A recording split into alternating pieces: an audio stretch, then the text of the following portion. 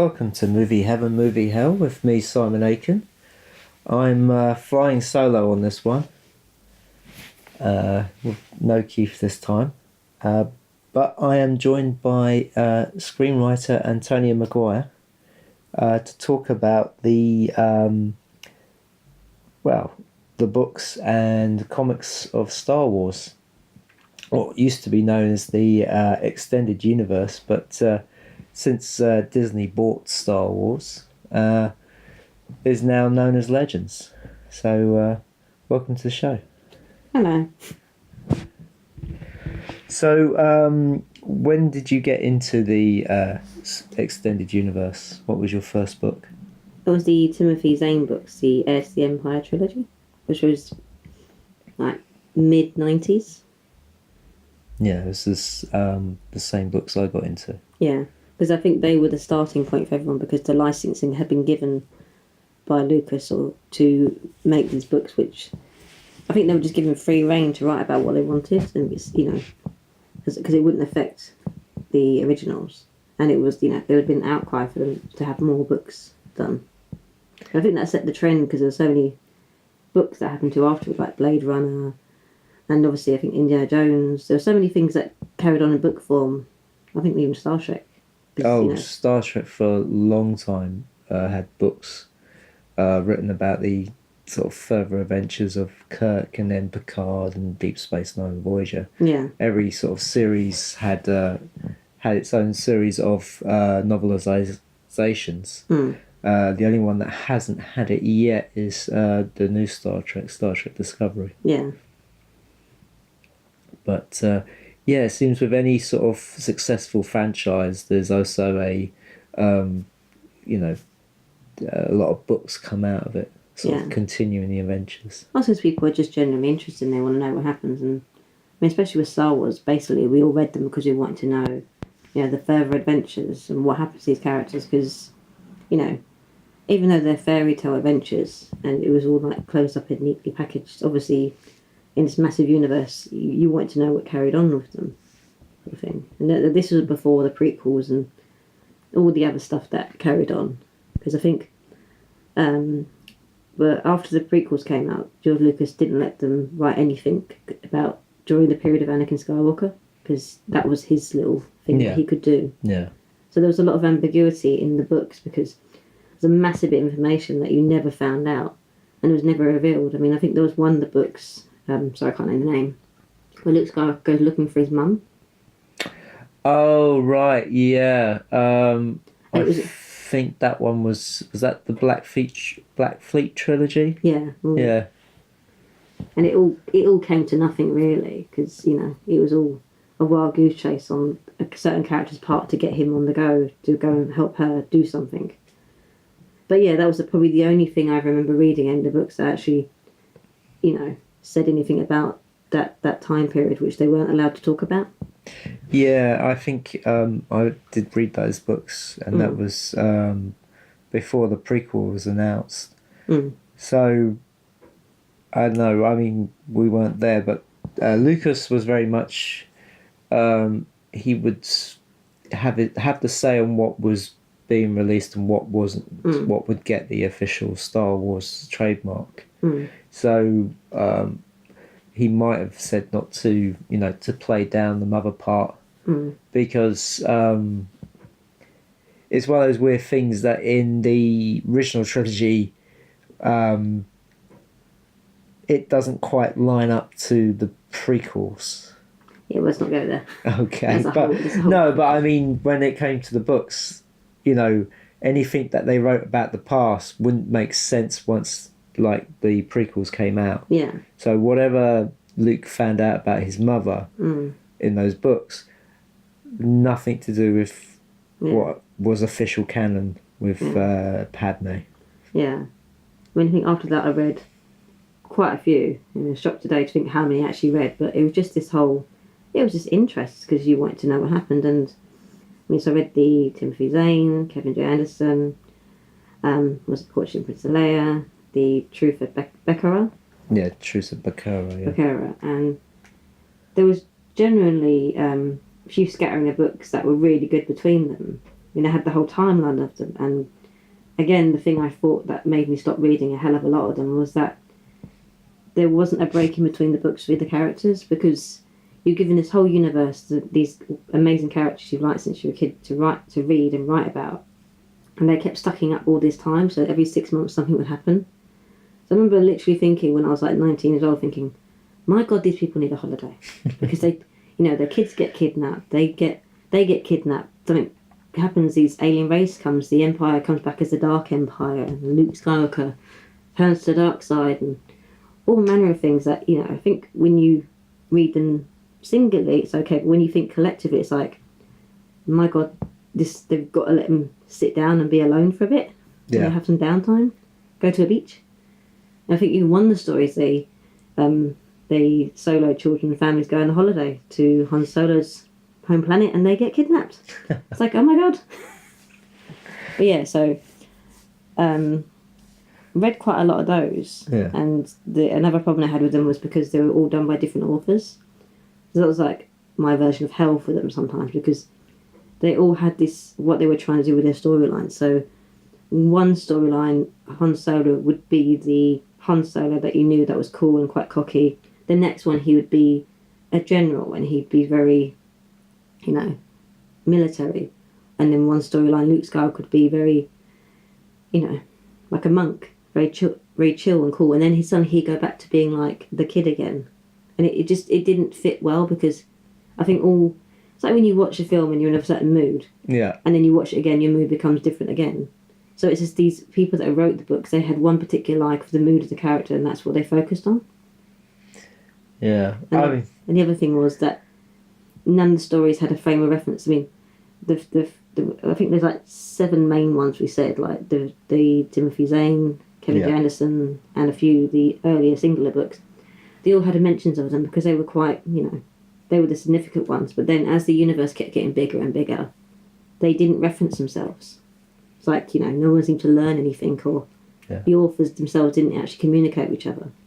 Now, in the books, they extended the Skywalker and Solo family. Yeah, quite significantly. What was the differences between in the books to the films that we have? Well, the films now. Yeah. Oh God, there's so many differences, because we yet to figure out how they're going to play out what's happened in between. Like, I've read the new universe of it, and they do play it out differently. The whole how the new order rises up, and how in the Legends universe, how they had the Dark Empire too, and how Palpatine had a clone. Yes. Which is like, that was great. It's like, it seemed really cool, But it's just this new thing now. Everything is wedged behind these films that they're doing.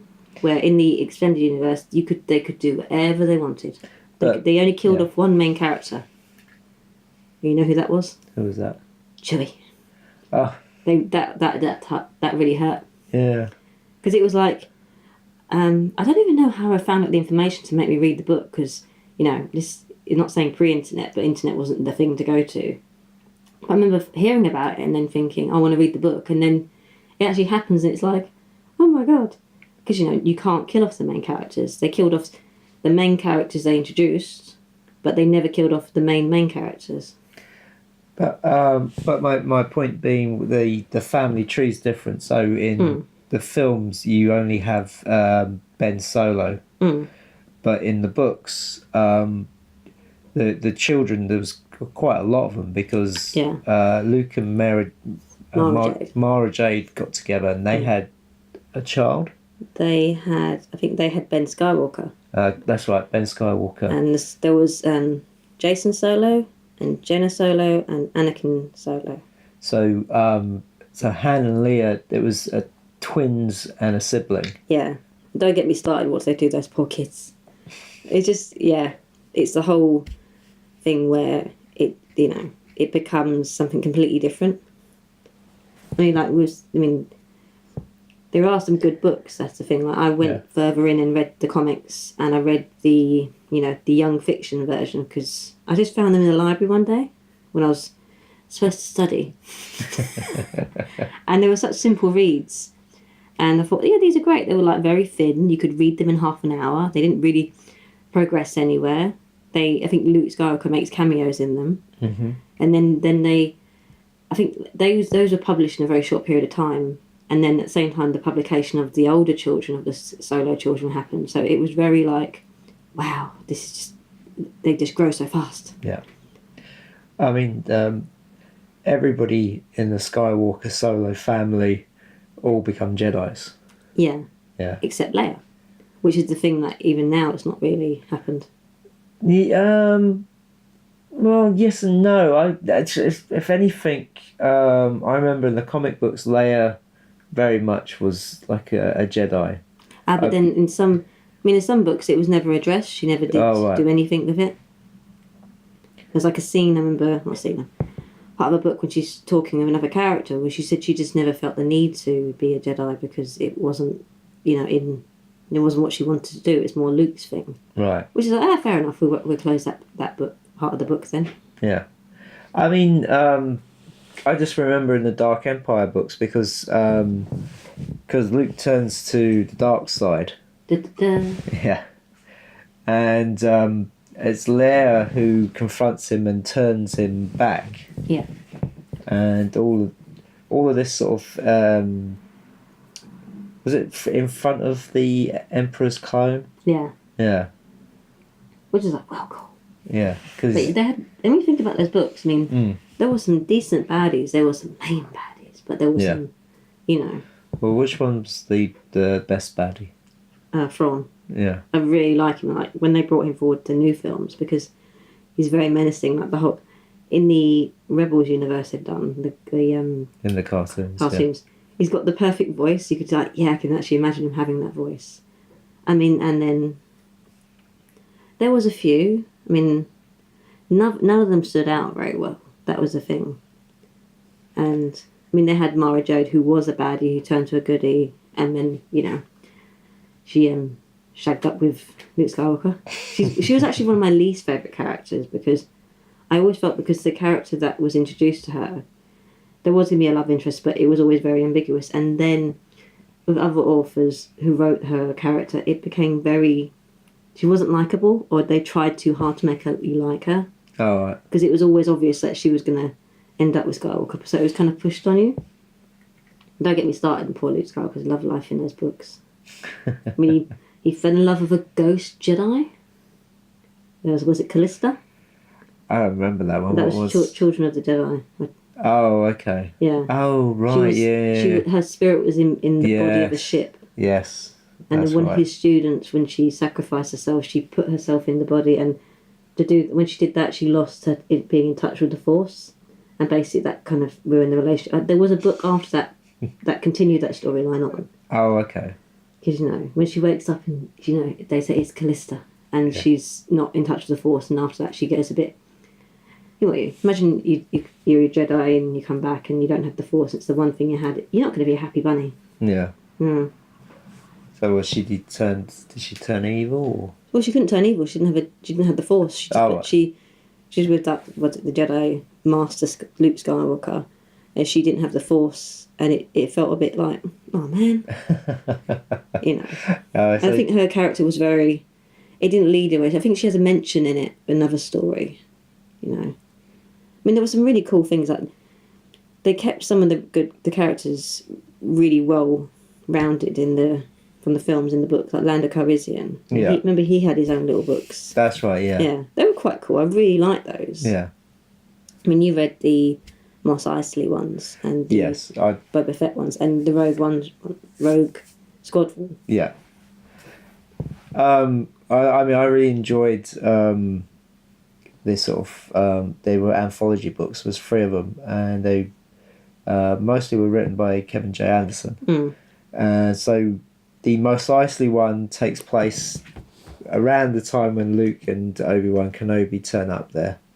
And so it's all about sort of all these supporting characters that are, in the spaceport, and their stories sort of interconnect. And so one character for one story would appear in another. And then you had Jabba's palace, which was takes place at the palace just before Luke and Leia turn up and tear things up. And again it was the supporting characters, so you learnt more about the Rancor Keeper and the droid that's being tortured and all that kind of stuff. All those sort of little things you saw in the film, they sort of expanded upon. And it was quite fun. As I say, it was very well done how it was interconnected. I did read the Bounty Hunter one, but I can't remember much what happens. I think that was a bit more, because the first two books were in just one area. So it was either Mos Eisley or it was Jabba's palace. The Bounty Hunter ones was a bit more spread out, and so I think it was not so good. But yeah, it was sort of, you had Boba Fett and IG-88 and Bask and all those kinds of guys. So yeah, they've all got the sort of different stories. Did you read any of the Old Republic ones? No, I didn't read the books. I did read the comics. Yeah, well, they did more comics than books. I think they only did a few books, but the comics I read, and they were quite good. Yeah. Do you remember they had the Jedi lightsabers where they were connected on the belts? And it looked like, they've kind of made it look like it's in the past, because it's, what is it, long time ago in a galaxy far, far away. So then it became a long. But they were quite good. Well, that's it, because they were all before, they were very much set in the past. So yeah, because it had the introduction of the Seth. You remember the Seth came in? Yeah. And you had the two twins, when they found them, and then she came back, and her brother had turned to the dark side, and then the Sith came. Sith. Yeah, Sith. They came, and it was that was really good. I mean, that, and you've read Darth Plagueis, haven't you? Because that was No, I've not read Darth Plagueis. Haven't you? No, I know there's the book, but because as I say, my interest in it sort of died out after episode 1. So the Darth Plagueis book didn't come out until after Revenge of the Sith. Yeah, I mean, it's not the greatest piece of literature, but it is quite good. I mean, the whole thing with Supreme Leader Snoke in the new films, everyone's like, it's Darth Plagueis, and I was a bit like, yeah, it's Darth Plagueis, but then no, it's not Darth Plagueis. But it was interesting because it does add more to the storyline you don't know, but now it's become legend, so it's a bit like, what more is there? But it's been said that they can't do anything with the part of the prequel story now. Lucas, I think he must have said, you can't do anything with this now. That it has to sit there. I mean, that's why they ended the Clone Wars, because that was his thing. Yeah. Because I think it was due to do another series in the actual animated series. Yeah. I mean, I don't know. I mean, when it comes to the prequels, there are people who like them, and it's part of the canon. It tends to be like 12-year-olds like my nephew, which it's a beautiful thing, because not to put it in the calibre of the films we grew up with, but it's nice that they can watch it, probably tune out in certain bits. Because I remember, I think I was talking to someone very much younger at me at work, and they were talking about Revenge of the Sith, and they were saying, oh, that was so much darker and so cool. And then you kind of sit there and think, my God, that's just you really don't understand it, because it's not really dark, Well, it's this weird thing where it was, at the time, it was a 12A, and it was the first time we had a Star Wars film that was a 12A. Before, up to that point, they all been used. Yeah. Including Attack of the Clones. So, Revenge of the Sith was the first 12A. They killed younglings.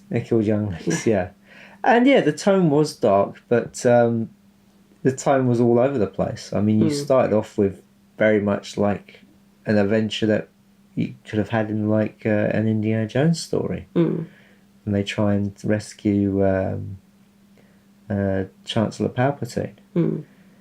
But then after that, it was just it's that thing, and we've spoken about it in another podcast about the prequels, but it was all this building up to, the birth of Darth Vader, and when it came along, it was so badly done. I know it was a homage to Frankenstein, but it just didn't play very well. It was rushed. That was the thing. It was yeah. We won't go in there, but that was like, if what I always thought was, if the expanded universe, Legends universe could have been made more to do part of the prequels, there was so much beautiful, cool stuff in those books that could have been placed to make Darth Vader. You know, when they had the Darth Vader books, there was some storylines in there that made him, seem a lot more darker, because he never did seem really quite dark. Okay, yes, he killed younglings, but it's like when they had the Rogue One film come out, you actually saw him doing something dark. Oh yeah. But it's just there is still this sort of like lack of information about how thoroughly dark he was. Even as a kid, he scared the life out of you, until he was just really this scary figure. And like in the Legends universe, they you hear all these they don't say all the stories, but they don't have to, because it's Darth Vader, and it's like he's such a baddie, And the other thing about in the new stories of Star Wars and the Legends universe, the way they handled like Luke and Leia coming out and saying who their parents was, is handled very differently. So in the story with Leia now, I forgot the name of the book. Oh, is it Uprising? Which one? The book. Uprising. So I'm going to find it now. Yeah. You have to probably edit that bit out. Yes, I will. Yeah, when in Bloodline. Oh, Bloodline. Yeah, which I really do recommend, because it's probably, I'm reading the Aftermath books, and there's a few more I've read from, where, it's known that Luke and Leia are brother and sister, but in the storyline of the Legends universe, they say that, their dad was Darth Vader, their brother and sister, their dad was Anakin Skywalker, famous Jedi, and it's not all right, but it's fine. But in the Bloodline storyline, it's held against her, because she's a political figure and she's part of the Republic, and the information is released in order to sabotage her, to sort of like, all her support would be, pulled down, because she is the daughter of Darth Vader who did such wrong. And it's all very symbolic, like when they put up a statue of her adoptive father from Alderaan. Oh, right, yeah. So it's like, she goes and puts a statue up, and it's actually really good. And, yeah. So when they put a statue up of Jimmy Smits. Yeah. Pulling a face. Yeah. Bail Organa. Yeah. Yeah. Bail. Yeah. It is. This sounds really lame, but it is really hilarious when you read these books and then you've got to say the names, because you come up with the way it's said in your head, but then you think, am I saying it right? Because of all these alien names. Do you remember in the Admiral Thrawn stories that you had a clone of Luke Skywalker? Oh yeah, and they added the extra U. So it was Luke. Which is always funny reading it. Yeah, I think I just added Luke too. Luke too. Luke too, yeah. Yeah, it made it a bit easier. But yeah, I mean the Legends universe, it's really hard to recommend it to anyone now, because you're kind of like saying, yeah, read this, it doesn't matter. But it feels like a slight on the writers that did it, because the books that were good, like... Yeah, well, I think it's... I don't know. I think they're worth reading. There's certain ones worth reading. And there's certain terrible ones not worth reading. Yeah. And just think of it as like what could have been. Like it's a... like what they did with the J.J. Abrams Star Trek films. So when the Romulans went back in time, they split the timeline. So you had the original Trek stuff, so that still exists, because you had Spock there, and so in this one, you've got the films, and you've got the official canon, and then you've got these. Hence why they're calling them legends. Also, reading this now, I just realised that, was it the Raven storyline? Revan storyline, that's Legends, but that's like a really good book to read. Well, yeah, that there's some books that's been based off the computer games. So Knights of the Old Republic, there's a character in it called Revan, which I don't know if anybody's played the game, but it's a twist in there. It's about originally he was a Sith Lord, and then something happens, and it turns good. I mean, this is the thing with a lot of the stories in Star Wars, is it's always about people turning from the light side to the dark and the dark side to the light.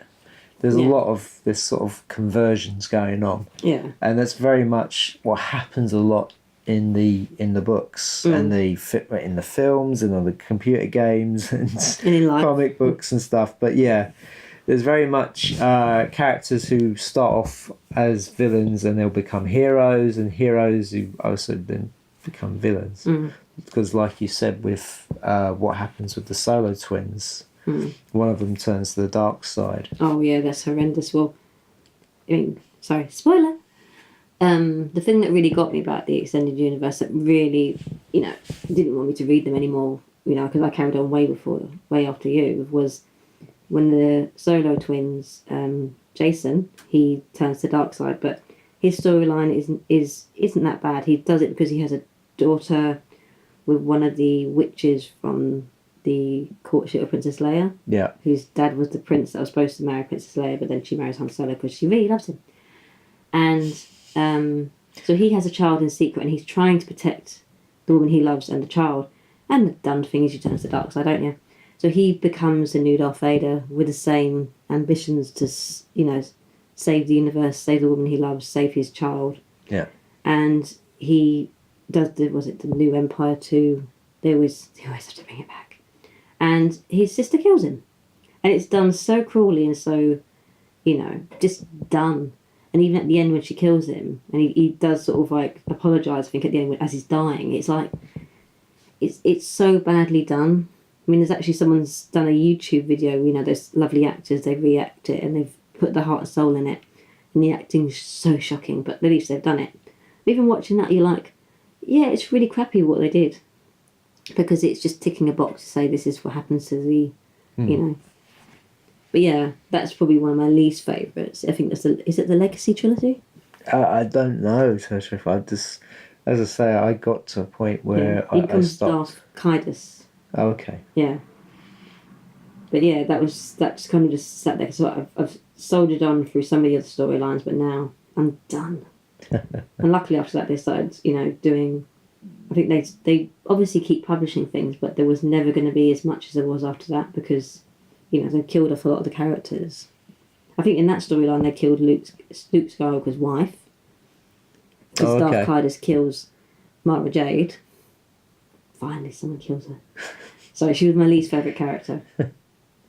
But yeah, that was the Legacy of the Force trilogy. Series.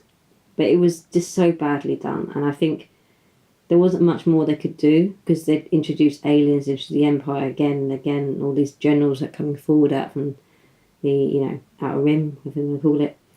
And there wasn't much more they could do in the universe, really. And the thing is, when you think of it, it never got very politically based.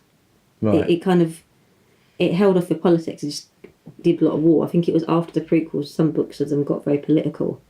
Like the new Aftermath books and Bloodlines, just very subtle politics. Because I know, the prequels films, when he's a nephew, it totally goes over the head, and I'm a grown up, and I'm like, I work in a place that deals with governmental information, and I still don't get half of it. So it's really like I don't know. They tried to put more governmental things into it, or political things. Sorry. Yeah. So what was your favourite though of the books? I sort of. Well, I love the Rogue Squadron series of books. I very much liked them, and they were about Wedge Antilles and the Rogue Squadron, and so not only were they flying around in spaceships, but they were also doing land battles as well. And the era that they were based around was all about the sort of final push against the Empire. It was mostly about taking back Coruscant, and I really enjoyed those.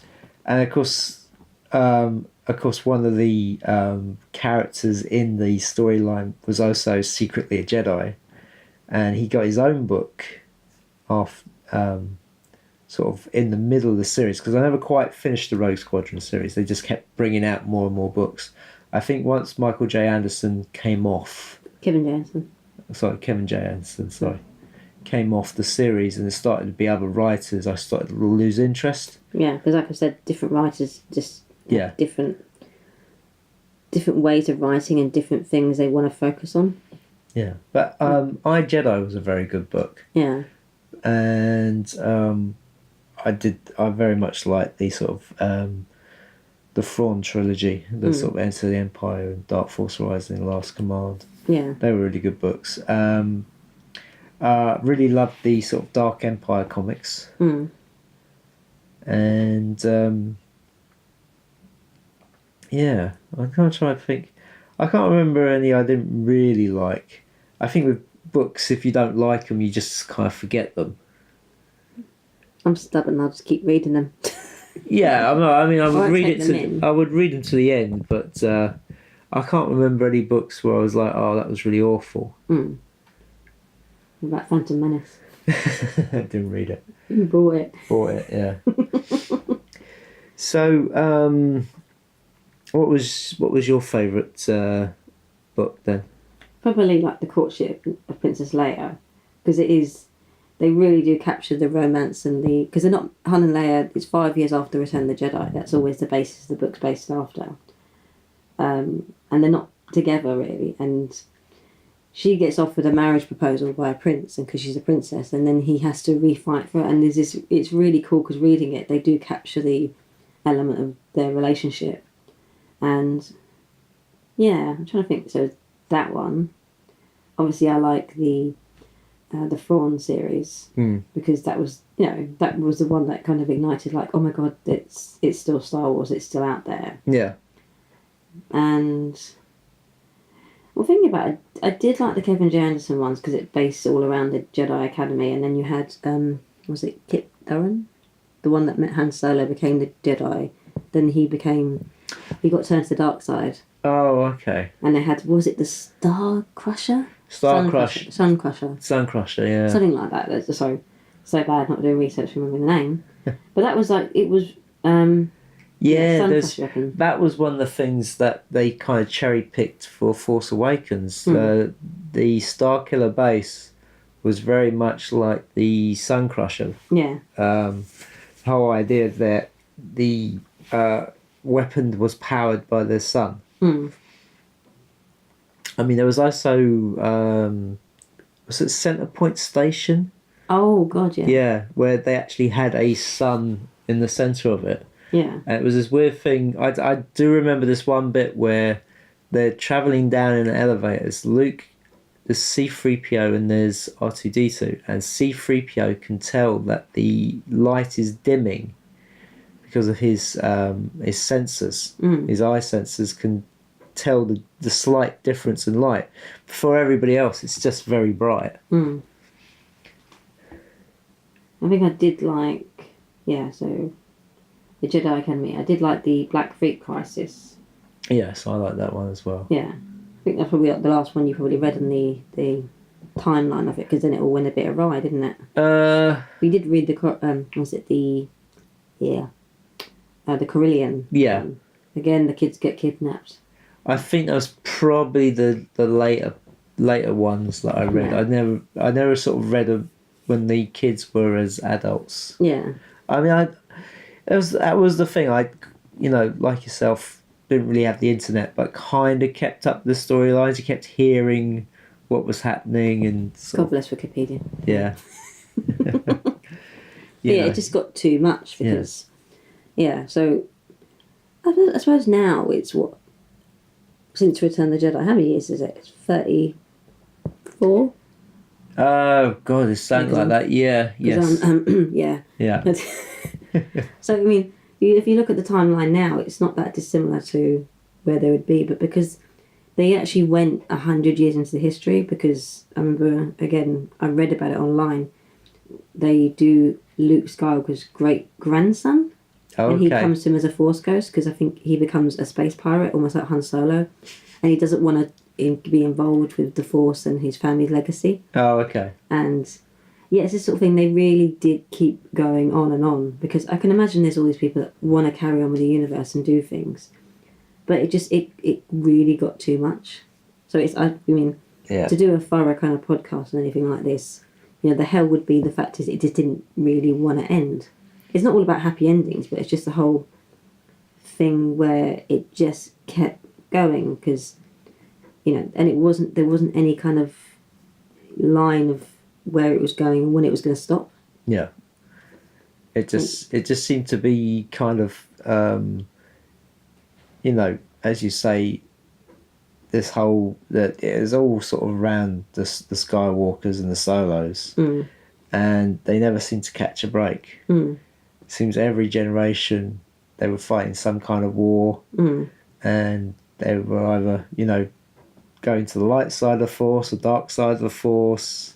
Yeah, and as I say, they never got a break, and then. Also, that makes the universe seem a lot smaller as well, as there's nobody outside of these stories apart from. Yeah, but I sort of thought. Do you remember the whole Clone Wars? We didn't know anything about them for a long time. Yeah, and this is probably the innocence of not knowing what it was. I thought the Clone Wars where you were going to be cloned and you didn't know who was a clone. I didn't know it was an army of clones. Which it was really interesting. You didn't know this whole history that the writers weren't allowed to touch upon. Yeah. It's like, because it's mentioned in the films several times. Yes. But you just don't know, so your brain has to go into overdrive. And that's the thing, like, it's amazing these books, they didn't actually address anything about the Clone Wars and Anakin Skywalker. Well, the writers weren't allowed because, Lucas said you couldn't do that because that was going to be his baby. Yeah. So they had to really make a whole universe not addressing what would have been the massive part of the universe when the Empire was made, the Republic fell. Yeah. So it's like, they did a really good job on it for when they kept it going, but then, for reasons that be, whether it was a money-making thing or just, too many, people stirring the pot. I think it's like anything with Star Wars, collecting-wise, it's just got too much. So it was like with the figures, you got too much because there was like so many different variations of the same figure. And... you just can't collect everything. You can't read everything. Luke Skywalker's on steroids. Oh, yeah. The 97 Power of the Force ones, yeah. Wow. Where he looked like he does on the New Hope poster. Yeah. Where he's all buffed They never up. sat well with me, like, he doesn't look like that. Yeah, that's a whole different issue. I don't know, but I mean, it was great to sort of see the Star Wars figures come back. And it was just at a time when... collecting Star Wars was big again. But sort of to wrap things up, now that all these stories have gone into legend, and you're reading sort of what's the official canon, are you enjoying reading those books? I think so, because they're in line with the films, which is going to be like gospel, basically. And, there's probably licensing to them. I don't know how they're setting up the writing, because, if you're given permission to write a book and a storyline you must follow, you can do anything else around it, but it's the storyline it must follow. I mean, who knows? But they are enjoyable. They're a lot, like I said, they're a lot more politically based than Star Wars ordinarily should be, But then, with the prequels, there was so much politics in it that it blew kids' minds. But yeah, I do enjoy them. But then again, there's a lack of the main characters in it, because as the universe of the films expands, you're going to go young Han Solo, there's going to be young Kenobi, there's going to be a young Luke Skywalker. Yeah. And, there's even talk about there's going to be a young Princess Leia. So there's all these, things they can't touch upon. So they're making the universe expand, like all the politics and all these worlds coming in, like. And it seems like looking, on my Kindle, I get updates of books that are coming out. So they had the Canto Bight one. That's just literally come out because in conjunction with the film. Right. Of The Last Jedi. So what's that book about? That's the Casino Planet. Oh, okay. Just telling you stories a bit. It's the Mos Eisley version of it. Oh, okay. Yeah, so it will have the characters you saw in the film. It's going to be like the Boba Fett effect. So one character you saw that had one line, they're going to have a whole book about it. And there's going to be a whole history. He's going to have a brother. He's going to have a great granddad. It's just,